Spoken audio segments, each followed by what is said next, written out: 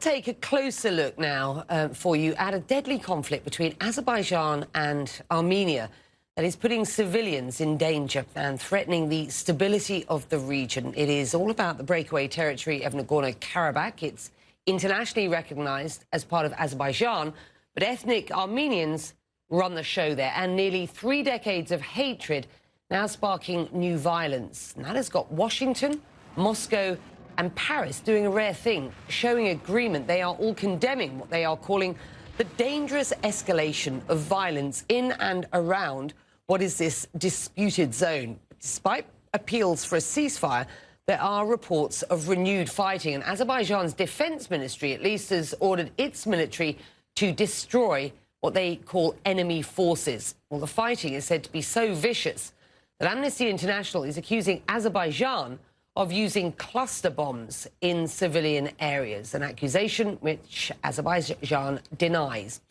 Well, the Armenian president tells me this latest flare-up has killed hundreds of people on both sides. He talked to me at length this week about the current conflict and why he sees Turkey as a bad actor. Have a listen.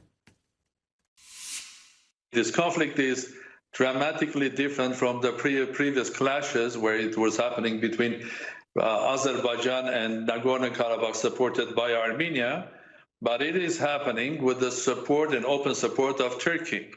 Turkey through its military, officers, generals, mercenaries, terroristic jihadists that were brought in thousands to Azerbaijan to fight Nagorno-Karabakh, and Turkey with its military might pretending that they're there in order to protect some international logistic structures.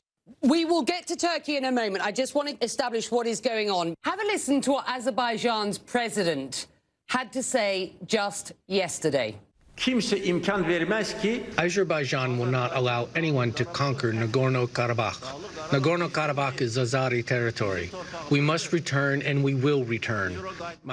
He says Azerbaijan will not cease military action until you have set a timetable for withdrawing troops. Are you willing to do that, sir?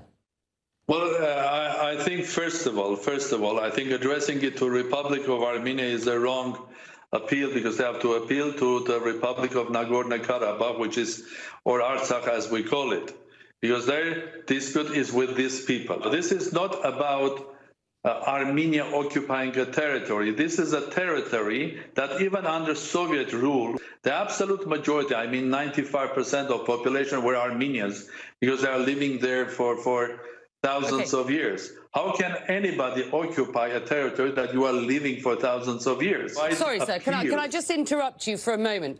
Azerbaijan's Ministry of Defense said radar systems recorded the launch of rockets at Azerbaijan from starting positions in Jermuk, in Gafan, and the Baird regions of Armenia. How do you explain this, sir? This is a fake news, sort of a short answer. Your Prime Minister spoke with the US National Security Advisor, Robert O'Brien, on Thursday, as I understand it, about Turkey's role in the intensifying conflict. What was the outcome of that call, and is the US offering any support? Yeah, I've been speaking about this to many presidents and prime ministers of different countries, asking them to interfere and put pressure on Turkey, stop interfering in the region, because their interference is taking the conflict an order up in magnitude, in complexity, and also creating something that eventually will become another Syria of Caucasus. But Caucasus, if it becomes a place like Syria, then God help everybody. God help Europe, God help Central Asia. It will affect everybody, including Turkey, Iran, and Russia. So my plea is, if Turkey will be restrained with the help of Russia, United States, and France, then we have a chance of ceasefire, further negotiations, maybe peacekeepers, and then we'll have a chance to go back to the negotiating table, because there is no military solution to this conflict. There can be only peaceful diplomatic solution.